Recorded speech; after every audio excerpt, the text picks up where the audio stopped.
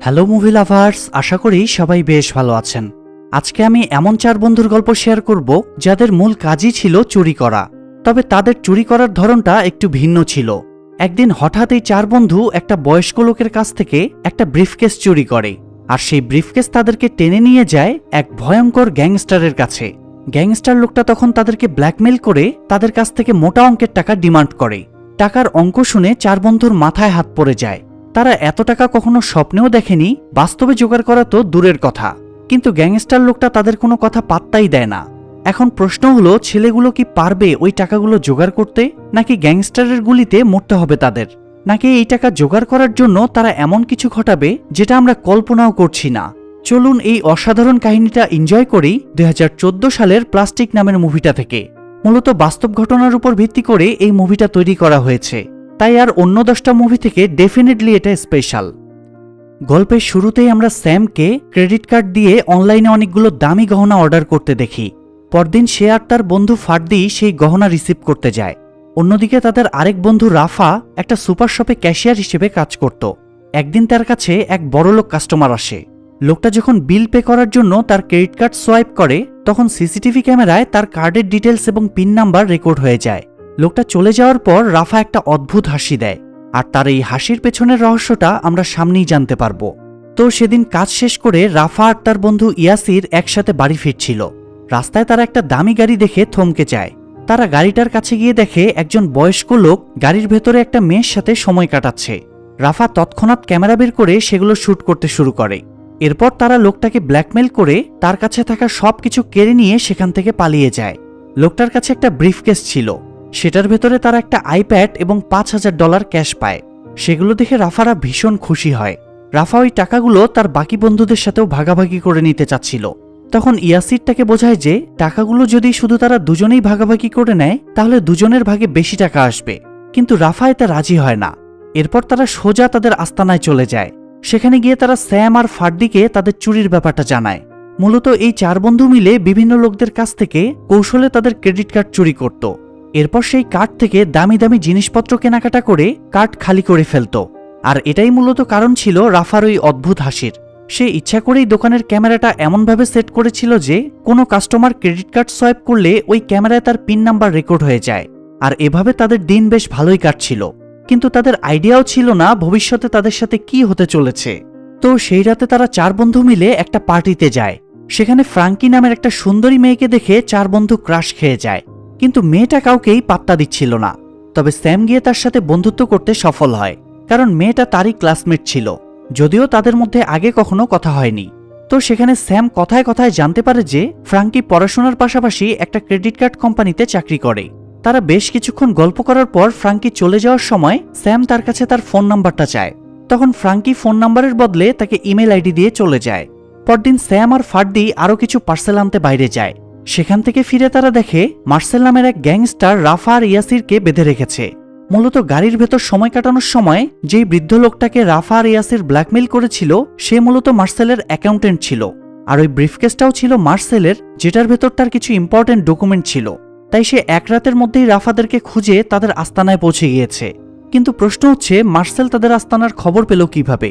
আসলে মার্সেল কারো উপরেই বিশ্বাস করত না, যে কারণে সে তার অ্যাকাউন্টেন্টের প্রত্যেকটা ডিভাইসে ট্র্যাকার এবং সিক্রেট ক্যামেরা লাগিয়ে রেখেছে। ওই ব্রিফকেসের ভেতরে থাকা আইপ্যাডেও ক্যামেরা লাগানো ছিল। ইয়াসিরের ওই আইপ্যাডটা এত পছন্দ হয়ে যায় যে সে সবসময় সেটা নিয়ে ঘুরত, আর সেখান থেকে ওই ক্যামেরার মাধ্যমে মার্সেল তাদের সব ডিটেলস জেনে গিয়েছে, তারা কি করে, কোথায় থাকে, সবকিছু। তো সে এবার স্যামদের হুমকি দেয় যে তার কথা মতো কাজ না করলে মার্সেল তাদের চুরির কথা পুলিশকে জানিয়ে দেবে, এবং শুধু এটাই না, তাদেরকে মেরেও ফেলবে। সেটা শুনে স্যামরা ভীষণ ভয় পেয়ে যায়। এরপর মার্সেল তাদেরকে একটা লম্বা লিস্ট ধরিয়ে দেয় আর জিনিসগুলো একদিনের মধ্যে তাকে জোগাড় করে দিতে বলে। স্যাম লিস্ট দেখে অবাক হয়ে যায়। এতগুলো কাজ একদিনের মধ্যে শেষ করা প্রায় অসম্ভব, কিন্তু জীবন বাঁচার খাতিরে তাদেরকে মার্সেলের কথা মেনে নিতে হয়। এরপর তারা 4 বন্ধু কাজে লেগে যায়। যদিও তারা কাজটা আগেও করেছে, তবে সেটা করেছে টাকার জন্য, আর এখন করছে প্রাণ বাঁচানোর জন্য। তারা চুরি করা ক্রেডিট কার্ডের মাধ্যমে জিনিসপত্র কিনে গাড়ি বোঝাই করে ফেলে। এরপর সন্ধ্যায় মার্সেল এসে গাড়ি ভর্তি মালামাল দেখে ভীষণ ইমপ্রেস হয়ে যায়, আর তাদেরকে জানায় যে তাদেরকে এভাবেই আরও $2 মিলিয়ন জিনিস কিনে তাকে দিতে হবে। মূলত মার্সেলের $2 মিলিয়ন ঋণ ছিল, আর সে স্যামদের মাধ্যমে সেই ঋণ পরিশোধ করতে চাচ্ছিল। স্যামদের আনা জিনিসগুলো বিক্রি করে সে অনেক টাকা পেয়ে যাবে, আর সেটা দিয়ে ঋণ পরিশোধ করতে পারবে।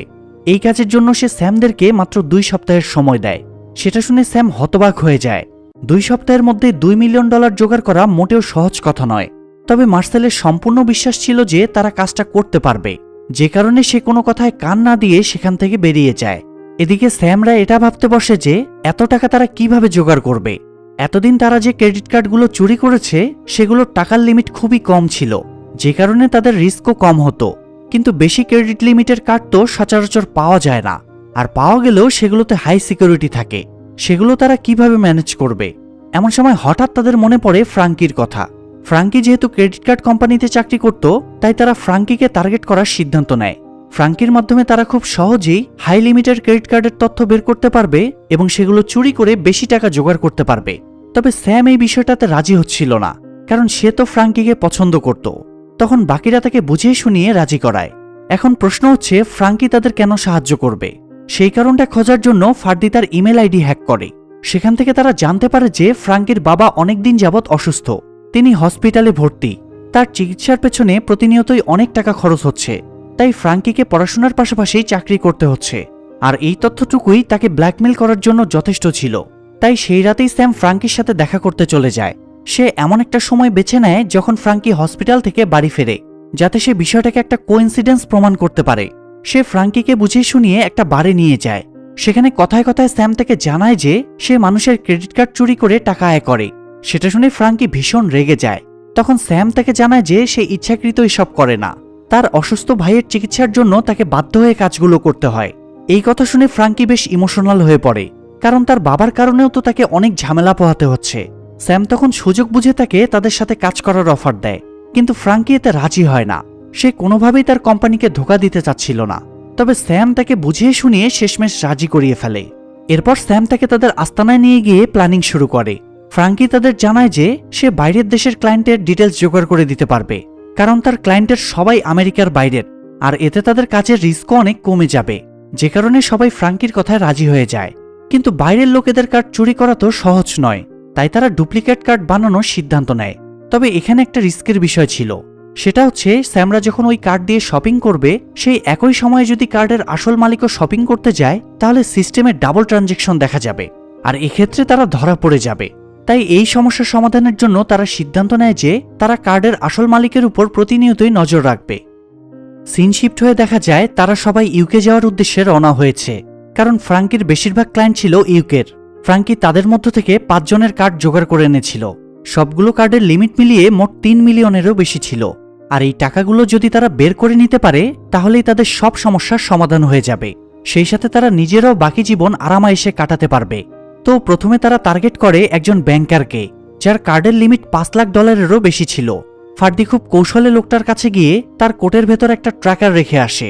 এরপর রাফা ওই ট্র্যাকারের মাধ্যমে লোকটাকে ফলো করতে শুরু করে, আর স্যাম ফার্দিকে নিয়ে চলে যায় শপিংয়ের জন্য। এরই মাঝে ইয়াসির এসে রাফাকে আবারও বোঝানোর চেষ্টা করে যে তাদের উচিত স্যাম এবং ফার্দির থেকে আলাদা হয়ে যাওয়া, কারণ এখন তাদের দলে লোক বাড়ছে আর তাদের শেয়ারও কমে যাচ্ছে। এতে তারা কখনোই তাদের টার্গেট অনুযায়ী টাকা আয় করতে পারবে না। কিন্তু রাফা এখানে তার কথায় পাত্তাই দেয় না। তবুও ইয়াসির থেকে ব্রেইন ওয়াশ করার চেষ্টা শুরু করে। সে বলে স্যামরা তাদের বন্ধু নয়, সুযোগ পেলে তারাও ধোঁকা দিতে পিছপা হবে না। সেটা শুনে রাফাও এবার একটু চিন্তায় পড়ে যায়। তবে সে ইয়াসিরের কথায় তখনও রাজি হয় না। তখন ইয়াসির হতাশ হয়ে বারান্দায় ফ্রাঙ্কির পাশে গিয়ে বসে। সে খুব ভালো করেই জানতো স্যাম ফ্রাঙ্কিকে পছন্দ করে, তবুও ইয়াসির তাকে পটানোর একটু চেষ্টা করে। সেটা দেখে ফ্রাঙ্কি রেগে সেখান থেকে উঠে চলে যায়। কে জানে, হয়তো সেও স্যামকে মনে মনে পছন্দ করত। এরই মাঝে স্যামরা হোটেলে ফিরে আসে। সেদিন তারা কার্ড ব্যবহার করে বেশ কিছু দামি গহনা কিনেছিল, যেটা চড়া দামে ব্ল্যাক মার্কেটে বিক্রি করা যাবে। কিন্তু এখনও তো তাদের অনেকগুলো টাকা জোগাড় করার বাকি। তাই রাফা তাদেরকে এমা গাবলাম নামের একটা বড় জুয়েলারি ব্র্যান্ডের ব্যাপারে জানায়। বিশ্বের নামকরা জুয়েলারি ব্র্যান্ডগুলোর মধ্যে সেটা একটা। তাদের কাছে এমন কিছু রেয়ার ডায়মন্ডের কালেকশন আছে যেগুলো অন্য কোথাও পাওয়া যাবে না, আর ওই ডায়মন্ডগুলো যদি তারা কোনোভাবে হাতিয়ে নিতে পারে তাহলেই কেল্লা ফতে। তবে এত বড় ব্র্যান্ডের সব থেকে দামি ডায়মন্ড তো নিশ্চয়ই সাধারণভাবে কেনা সম্ভব নয়। তাছাড়া তারা যে কার্ডগুলো জোগাড় করেছিল সেগুলো দিয়েও আজ পর্যন্ত এত বড় ট্রানজ্যাকশন করা হয়নি। তাই এখন যদি তারা কার্ডের মাধ্যমে ট্রানজ্যাকশন করতে যায় তাহলেই তো ধরা পড়ে যাবে। সে কারণে তারা নতুন প্ল্যান ভাবতে শুরু করে। তবে কারো মাথায় কোনো আইডিয়াই আসছিল না। তাই ইয়াসির রাফাকে নিয়ে ক্লাবে চলে যায় একটু রিল্যাক্স করার জন্য। তখন ফার্দিও তাদের সাথে যায়। সেখানে গিয়ে তারা অনেক আনন্দ ফুর্তি করতে শুরু করে। এদিকে স্যাম ফ্রাঙ্কির সাথে সময় কাটানোর সুযোগ পাওয়ায় ধীরে ধীরে তাদের সম্পর্কটা আরো গভীর হতে থাকে। আরেকদিকে রাফাদের কাছে থাকা সব টাকা তারা মদ খেয়ে উড়িয়ে দেয়, কিন্তু এতেও ইয়াসিরের মন ভরে না। সে আরো ড্রিঙ্ক কেনার জন্য ক্রেডিট কার্ড ব্যবহার করতে ওয়েটারকে দিয়ে দেয়। ফার্দি তখন তাকে বাধা দেওয়ার চেষ্টা করে, কিন্তু ইয়াসির তার কোনো কথাই শোনে না। কিছুক্ষণ পর ওয়েটার এসে তাকে জানায় কার্ডটা ব্লক হয়ে গিয়েছে, তাই ক্লাবের ম্যানেজার তার সাথে দেখা করতে চায়। এই কথা শুনে ফার্দি বুঝে যায় নিশ্চয়ই কোনো ঝামেলা হয়েছে, তাই তারা দ্রুত সেখান থেকে পালাতে শুরু করে। তখন ক্লাবের গার্ডরাও তাদেরকে ধাওয়া করে, তবে সৌভাগ্যবশত তারা গার্ডের হাত থেকে পালিয়ে হোটেলে ফিরতে সফল হয়। এরপর স্যাম তাদের কাণ্ড জেনে ভীষণ ক্ষেপে যায়, আর ঘটনাক্রমে তারা সেই কার্ডটাই নষ্ট করে ফেলেছিল যেটাতে সব থেকে বেশি ক্রেডিট ছিল। ওই একটা কার্ডেই ক্রেডিট ছিল $1.5 মিলিয়ন। স্যাম বারবার তাদেরকে সাবধান করে দিয়েছিল যে তারা যেন পার্সোনাল কাজে ওই কার্ডগুলো ব্যবহার না করে, কিন্তু ইয়াসির তার কথা না শুনে এই ঝামেলা বাঁধিয়েছে। এতে যে শুধু তারাই বিপদে পড়েছে ব্যাপারটা এমন নয়। যেহেতু ফ্রাঙ্কির কোম্পানি থেকে ওই কার্ডগুলো চুরি করা হয়েছে, তাই সবার আগে বিপদে পড়বে ওই মেয়েটা। তবে তার থেকেও বেশি চিন্তার বিষয় হচ্ছে তারা এখন মার্সেলের টাকাগুলো কিভাবে পরিশোধ করবে। এত কম সময়ের মধ্যে এতগুলো টাকা জোগাড় করা মোটেও সম্ভব ছিল না, তাই তারা মার্সেলের কাছ থেকে আরও সময় চাওয়ার সিদ্ধান্ত নেয়। সেই সাথে রাফা টাকা জোগাড়ের আরও একটা আইডিয়া বের করে। তারা এমা গ্যাবলামের ওই রেয়ার হীরাগুলো চুরি করার প্ল্যান করছিল। তখন ফ্রাঙ্কি এসে তাদের জানায় যে তাদের কাছে যে কার্ডগুলো আছে সেটা দিয়ে ওই হীরাগুলো কেনা সম্ভব নয়। আসলে সে তো এটা জানতো না যে তাদের কাছে থাকা কার্ডগুলোর মধ্যে অলরেডি একটা নষ্ট হয়ে গিয়েছে। যাই হোক, রাফা সেটারও ব্যাকআপ প্ল্যান ভেবে রেখেছিল। সে সবাইকে জানায় যে হীরা কেনার জন্য ক্রেডিট কার্ডের কোনো প্রয়োজন পড়বে না, শুধুমাত্র একজন ব্যক্তিকে প্রয়োজন, আর সেটা হচ্ছে ব্রুনাইয়ের রাজকুমার প্রিন্স জাফরান। রাফা একটা ম্যাগাজিন থেকে জানতে পেরেছিল যে প্রিন্স জাফরান খুব দ্রুতই বিয়ে করতে চলেছে, আর তখনই তার মাথায় একটা যুগান্তকারী আইডিয়া আসে। সে আইডিয়াটা সবার সাথে শেয়ার করে। সবার কাছে আইডিয়াটা বেশ ভালো লেগে যায়। যদিও কাজটা খুবই রিস্কি ছিল, তবুও তারা রাজি হয়ে যায়, কারণ এছাড়া তাদের কাছে দ্বিতীয় কোনো অপশন ছিল না। যদি তারা কোনোভাবে কাজটা কমপ্লিট করতে পারে তাহলে আর তাদের কখনো পিছনে ফিরে তাকাতে হবে না। তবে সেই আইডিয়াটা আসলে কি সেটা জানার জন্য আমাদেরকে একটু অপেক্ষা করতে হবে। তো পরদিন স্যামরা ফ্রাঙ্কিকে জানিয়ে দেয় যে তার সবথেকে দামি কার্ডটা নষ্ট হয়ে গিয়েছে। সেটা শুনে ফ্রাঙ্কি ভীষণ ক্ষেপে যায়। তার থেকেও বেশি ক্ষেপে যায় যখন সে স্যামদের নতুন প্ল্যানিং সম্পর্কে জানতে পারে। তারা চাচ্ছিল এই কাজে ফ্রাঙ্কিও তাদের সাহায্য করুক, কিন্তু ফ্রাঙ্কি কোনোভাবেই তাতে রাজি হয় না। তখন স্যাম তাকে বোঝায় যে এই একটা কাজ সঠিকভাবে শেষ করতে পারলে তাদেরকে আর কখনোই টাকার অভাব দেখতে হবে না, তাদের কোনো চাকরিও করতে হবে না, সারা জীবন হেসে খেলে কাটাতে পারবে। এইসব কথা শুনে ফ্রাঙ্কি শেষমেশ রাজি হয়ে যায়। এরপর তারা চলে যায় লন্ডনে তাদের প্ল্যান অনুযায়ী কাজ করার জন্য। সেখানে তারা তাদের পরিচিত এক লোকের বাড়িতে ওঠে। বাড়িটা এমা গ্যাবলামের হেড অফিসের ঠিক পাশেই ছিল। এরপর তারা প্রিন্স জাফরান এবং এমা গ্যাবলামের ম্যানেজারের সব ডিটেলস জোগাড় করে। সব তথ্য হাতে পাওয়ার পর স্যাম প্রিন্স জাফরানের পার্সোনাল সেক্রেটারি মুস্তাফার অফিসে এমা গ্যাবলামের ম্যানেজার সেজে ফোন করে। ফোনটা রিসিভ করে মুস্তাফার অ্যাসিস্ট্যান্ট। তখন স্যাম ওই অ্যাসিস্ট্যান্ট মেয়েটাকে জানায় যে তারা প্রিন্সের এঙ্গেজমেন্টের জন্য কিছু রেয়ার ডায়মন্ড রিং এর কালেকশন দেখাতে চাচ্ছে, যেগুলো অবশ্যই প্রিন্স পছন্দ করবে। তখন মেয়েটা তাকে জানায় যে প্রিন্সের এঙ্গেজমেন্টের তারিখ তো এখনো ফাইনাল হয়নি, তাহলে সে এখনই কেন এঙ্গেজমেন্টের রিং কিনতে যাবে। সেটা শুনে স্যাম একটু ঘাবড়ে গিয়ে সাথে সাথে ফোনটা কেটে দেয়, কারণ বেশি কথা বাড়ালেই তারা ধরা পড়ার চান্স ছিল। এরপর সে এমা গ্যাবলামের ম্যানেজারের কাছে প্রিন্সের অ্যাসিস্ট্যান্ট মুস্তাফা সেজে ফোন করে। সে ম্যানেজারকে জানায় যে প্রিন্স জাফরান তার এঙ্গেজমেন্টের জন্য এই কোম্পানি থেকে একটা এঙ্গেজমেন্ট রিং বুক করতে চায়, তবে তার আগে সে তাদের কালেকশনের ওই রেয়ার হীরাগুলো পার্সোনালি দেখে শুনে পছন্দ করতে চায়। ম্যানেজার তার সাথে কথা বলতে বলতেই ইন্টারনেটে সার্চ করে প্রিন্স জাফরানের সব ডিটেলস বের করে ফেলে। সেখানে উল্লেখ করা ছিল যে প্রিন্স খুব দ্রুতই বিয়ে করতে চলেছে, তাই ম্যানেজারের আর সন্দেহ হয় না, বরং আরও বেশি এক্সাইটেড হয়ে যায়। সে তৎক্ষণাৎ মুস্তাফা অর্থাৎ স্যামকে জানিয়ে দেয় যে সে প্রিন্সের বলা লোকেশনে গিয়ে তাকে ওই হীরাগুলো দেখিয়ে আনবে। সেটা শুনে স্যাম খুব খুশি হয়ে যায়, কারণ সবকিছু তাদের প্ল্যান অনুযায়ী চলছিল। তারা প্রিন্স সেজে ম্যানেজারের কাছ থেকে ওই ডায়মন্ডগুলো নিয়ে অন্য দেশে পালানোর প্ল্যানিং করছিল, কারণ সেখানে গিয়ে তারা নতুন পরিচয়ে বাঁচতে পারবে। আর সেই প্ল্যান অনুযায়ী তারা ম্যানেজারকে পটিয়েও ফেলে।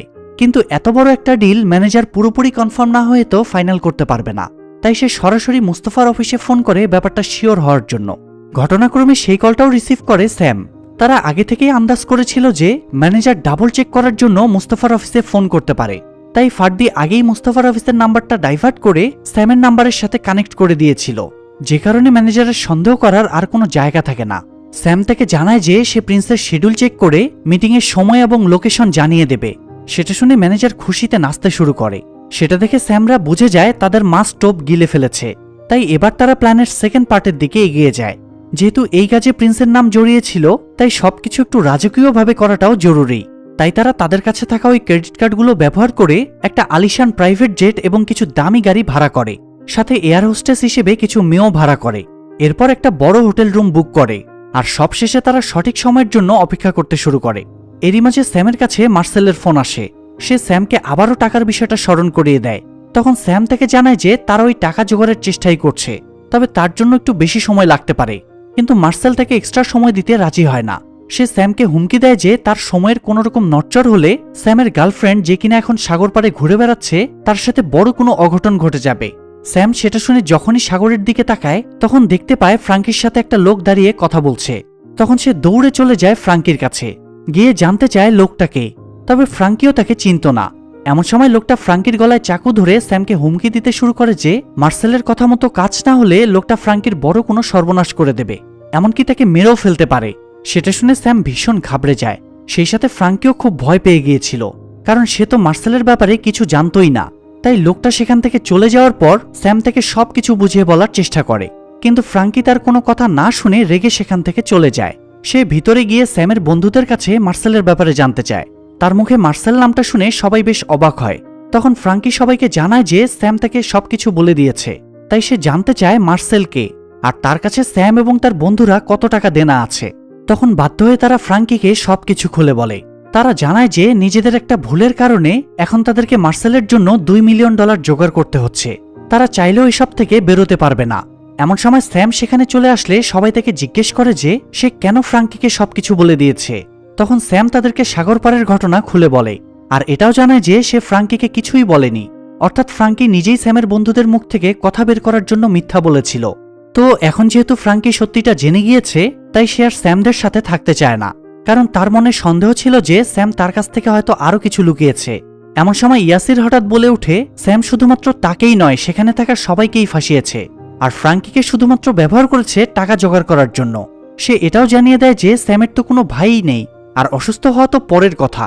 সে মূলত ফ্রাঙ্কির ইমেল আইডি হ্যাক করে তার বাবার ব্যাপারে জানতে পারে। তারপর সে নিজের ভাইয়ের নামে মিথ্যা গল্প সাজায়। কথাগুলো শুনে ফ্রাঙ্কি খুব কষ্ট পায়, কারণ সে স্যামকে মন থেকে ভালোবেসেছিল, তাকে বিশ্বাস করেছিল। কিন্তু স্যাম যে তাকে এভাবে ধোঁকা দিবে এটা সে মেনে নিতে পারছিল না। সে তৎক্ষণাৎ দৌড়ে চলে যায় তার রুমে। তখন স্যামও তার পিছন পিছন গিয়ে তাকে কনভিন্স করার চেষ্টা করে, কিন্তু লাভ হয় না। ফ্রাঙ্কি তার জিনিসপত্র গুছিয়ে বাড়িতে যাওয়ার জন্য রওনা হয়। স্যাম তাকে আটকানোর অনেক চেষ্টা করে, তার কাছে ক্ষমা চায়, কিন্তু ফ্রাঙ্কি কোনো বাধাই মানে না। সে কাঁদতে কাঁদতে সেখান থেকে বেরিয়ে যায়। তখন স্যাম রাগের মাথায় ইয়াসিরকে মারার জন্য চলে আসে, কিন্তু ইয়াসির ততক্ষণে রাফাকে নিয়ে বেরিয়ে গিয়েছিল। সে খুব ভালো করেই জানতো যে স্যামের হাতে পড়লে তার অবস্থা খারাপ হয়ে যাবে। তখন ফার্দি গিয়ে স্যামকে বুঝিয়ে শুনিয়ে শান্ত করে। এরপর তাকে বোঝায় যে বর্তমানে ফ্রাঙ্কির থেকেও বড় সমস্যা তাদের সামনে রয়েছে। এখন সব থেকে বড় চিন্তার ব্যাপার হচ্ছে মার্সেলকে সামলানো। সে স্যামকে প্রমিস করে তাদের এই কাজটা শেষ হয়ে গেলেই সে ইয়াসিরকে তাদের গ্রুপ থেকে বাদ দিয়ে দেবে, কিন্তু এই মুহূর্তে তাদেরকে একসাথে কাজ করতে হবে, না হলে তারা এই জঞ্জাল থেকে মুক্ত হতে পারবে না। সেটা শুনে স্যাম এবার শান্ত হয়ে কাজের দিকে মনোযোগ দেয়। তারা পরদিন এমআর ম্যানেজারকে ফোন করে জানায় যে তাকে প্রাইভেট জেটের মাধ্যমে লন্ডনে নিয়ে আসা হবে। সেখানেই প্রিন্স জাফরান হীরা পছন্দ করে ডিল ফাইনাল করবে। ম্যানেজার তখন খুশি মনে তার কথায় রাজি হয়ে যায়, তবে তাদেরকে জানিয়ে দেয় যে কোম্পানির নিয়ম অনুযায়ী তার সাথে তার টিমও যাবে। স্যাম তখন কোনো আপত্তি করে না। আর এখন মূলত শুরু হবে এই মুভির আসল খেলা। সিন শিফট হয়ে দেখা যায় পরদিন স্যামদের পাঠানো প্রাইভেট জেটে করে ম্যানেজার এবং তার টিম লন্ডনের উদ্দেশ্যে রওনা হয়। ওই টিমের মধ্যে ম্যানেজারের গার্লফ্রেন্ডও ছিল, সেও একই অফিসে চাকরি করত। তারা প্লেন দেখেই অনেক ইমপ্রেস হয়ে যায়। রাজকুমারের সাথে দেখা করার সুযোগ পাচ্ছে তারা, এটা নিয়ে তারা ভীষণ এক্সাইটেড ছিল। এদিকে স্যাম তাদেরকে ওয়েলকাম করার জন্য মুস্তাফার ছদ্মবেশ নিতে শুরু করেন। এরই মাঝে ম্যানেজাররা লন্ডনে পৌঁছে গেলে তাদেরকে রাজকীয় গাড়িতে করে হোটেলে নিয়ে যাওয়া হয়। তারা একটু রেস্ট করার কথা ভাবছিল। এমন সময় স্যাম তাকে ফোন করে জানায় যে প্রিন্স একটা জরুরি কাজে বাইরে চলে যাবে, তাই এখনই সে হীরাগুলো চেক করতে চাচ্ছে। তখন ম্যানেজার তার টিমকে নিয়ে পৌঁছে যায় মুস্তাফা অর্থাৎ স্যামের সাথে দেখা করতে। সেখানে ম্যানেজার তার পুরো টিমকে মুস্তাফার সাথে পরিচয় করিয়ে দেয়। এরপর স্যাম অর্থাৎ মুস্তাফা তাকে নিয়ে যায় প্রিন্সের সাথে দেখা করতে, তবে আসল প্রিন্স নয়, কিন্তু মূলত রাফাকে সাজানো হয়েছিল প্রিন্স জাফরান। সে হোটেলের সামনে একটা দামি গাড়িতে বসেছিল। ম্যানেজাররা সেখানে যাওয়ার পর প্রিন্স মুস্তাফাকে জানায় যে সে এখন অনেক বেশি ব্যস্ত, তাই তাকে গাড়িতে বসেই হীরা সিলেক্ট করতে হবে। সেটা শুনে ম্যানেজার কিছু না ভেবেই হীরার ব্রিফকেসটা তার হাতে তুলে দেয়। তার অ্যাসিস্ট্যান্ট তাকে বাধা দেওয়ার চেষ্টা করে, কিন্তু ম্যানেজার তার কথায় কোনো পাত্তাই দেয় না। ফাইনালি স্যামদের হাতে বিশ্বের সবচেয়ে দামি এবং রেয়ার হীরার কালেকশন চলে এসেছে, যার মার্কেট প্রাইস কমপক্ষে $20 মিলিয়ন। তো ম্যানেজারের কাছ থেকে হীরাগুলো নেওয়ার পর স্যাম খুব কৌশলে তাকে অন্য একটা গাড়িতে পাঠিয়ে দেয় এবং তার টিম মেম্বারদেরকে আলাদা একটা গাড়িতে করে নিয়ে প্রিন্সের পেছন পেছন রওনা হয়। কিছু দূর যাওয়ার পর হঠাৎ ট্রাফিক সিগন্যালের কারণে স্যামের গাড়িটা আগে চলে যায়, আর ম্যানেজারের গাড়িটা আটকে থাকে সিগন্যালে। ভয়ে তখন ম্যানেজারের শরীর থেকে আত্মা উড়ে যাওয়ার মতো অবস্থা। সে ভাবতে থাকে যে তাকে হয়তো ধোঁকা দেওয়া হচ্ছে, তাই সে ড্রাইভারকে গাড়ি থেকে নামিয়ে পাঠিয়ে দেয় ওই গাড়িগুলোকে ফলো করার জন্য। তারা দৌড়ে একটু এগিয়ে দেখে মুস্তাফা মানে স্যাম গাড়ি থামিয়ে তাদের জন্য অপেক্ষা করছে। সেটা জানার পর ম্যানেজারের আত্মাটা যেন শরীরে ফিরে আসে, কিন্তু এর কিছুক্ষণ পর স্যামরা গাড়ি ঘুরিয়ে অন্য রাস্তায় চলে যায়। সেটা দেখে ম্যানেজার একটু অবাক হয়, তবে প্রিন্সের গাড়িটা যেহেতু তার সামনেই ছিল তাই তারা সেটাকেই ফলো করতে থাকে। কিছু দূর যাওয়ার পর প্রিন্সের গাড়িটাও অন্য একটা রাস্তায় ঢুকিয়ে দেওয়া হয়। গাড়ির স্পিড এত বেশি ছিল যে ম্যানেজাররা কিছুই বুঝতে পারছিল না। তারা দ্রুত গাড়িটাকে ফলো করতে গিয়ে দেখে সেটা রাস্তার পাশে দাঁড়িয়ে আছে। ম্যানেজারের লোকেরা তখন বেরিয়ে গিয়ে গাড়িটা চেক করলে দেখতে পায় সেখানে কেউ নেই। ম্যানেজার তখন বুঝতে পারে তাকে আসলেই ধোঁকা দেওয়া হয়েছে। সে ভয়ে আর কষ্টে চিৎকার করে কাঁদতে শুরু করে। এরই মাঝে ইয়াসির হঠাৎ স্যামকে ফোন করে জানায় যে সে এবং রাফা একসাথেই আছে। স্যাম তার কথা শুনে একটু অবাক হয়, কারণ কিছুক্ষণ পরেই তো তারা সবাই একসাথে হতে পারবে, তাহলে এই ব্যাপারটা স্পেশালি বলার কি আছে। তখন ইয়াসির তাকে জানায় যে তাদের আর কখনোই দেখা হবে না, সে এবং রাফা ওই হীরার ব্রিফকেস নিয়ে পালাচ্ছে। এই কথা শুনে স্যামের মাথায় যেন আকাশ ভেঙে পড়ে। আসলে প্রথমবার যখন তারা ম্যানেজারের চোখের আড়ালে চলে যায় তখনই রাফার গাড়িটা তারা ইয়াসিরের গাড়ির সাথে পরিবর্তন করে দেয়। দুজনের গাড়ির মডেল যেহেতু একই ছিল তাই ম্যানেজার কিছুই বুঝতে পারে না। এরপর রাফা অন্য একটা রাস্তায় গিয়ে বাকিদের জন্য অপেক্ষা করতে থাকে। তখনই তার কাছে ইয়াসিরের ফোন আসে, তবে ফোনটা রিসিভ করার আগেই ব্যাটারি ডেড হওয়ার কারণে রাফার ফোনটা বন্ধ হয়ে যায়। তাই সে তার ড্রাইভারের ফোন দিয়ে ইয়াসিরকে কল ব্যাক করে।